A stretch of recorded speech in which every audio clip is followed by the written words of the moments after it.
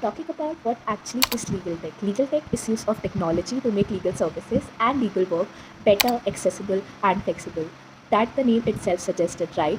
So, what actually is legal tech if we go deeper into that part? We will understand that by using Dennis Kennedy's quadrant model. It's not technical, trust me.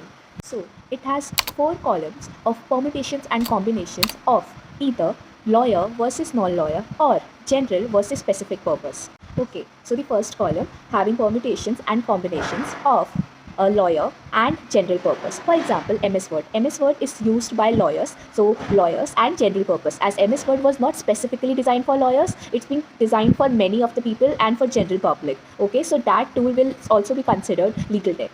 Now, talking about column 2, having permutation and combination of specific and lawyer. That is Manupatra, case law, Indian Kanun. They're specifically being designed for lawyers, so specific purpose and lawyer. Okay, so third column talks about non-lawyer and for general purpose. For example, if a factory worker asks ChatGPT or Google that what are some rights which I can sue against my owner or my employer, so that's for general purpose and is being used by non-lawyer. Now, the last column, which is for non-lawyer and for specific purpose. For example, ODR, online dispute resolution, which is made to address client issue, that is non-lawyer, and is being specifically made to address it, right? So specific and non-lawyer.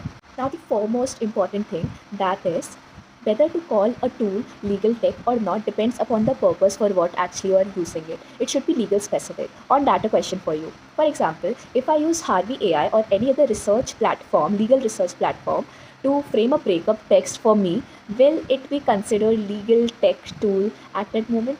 Would love to know your answer.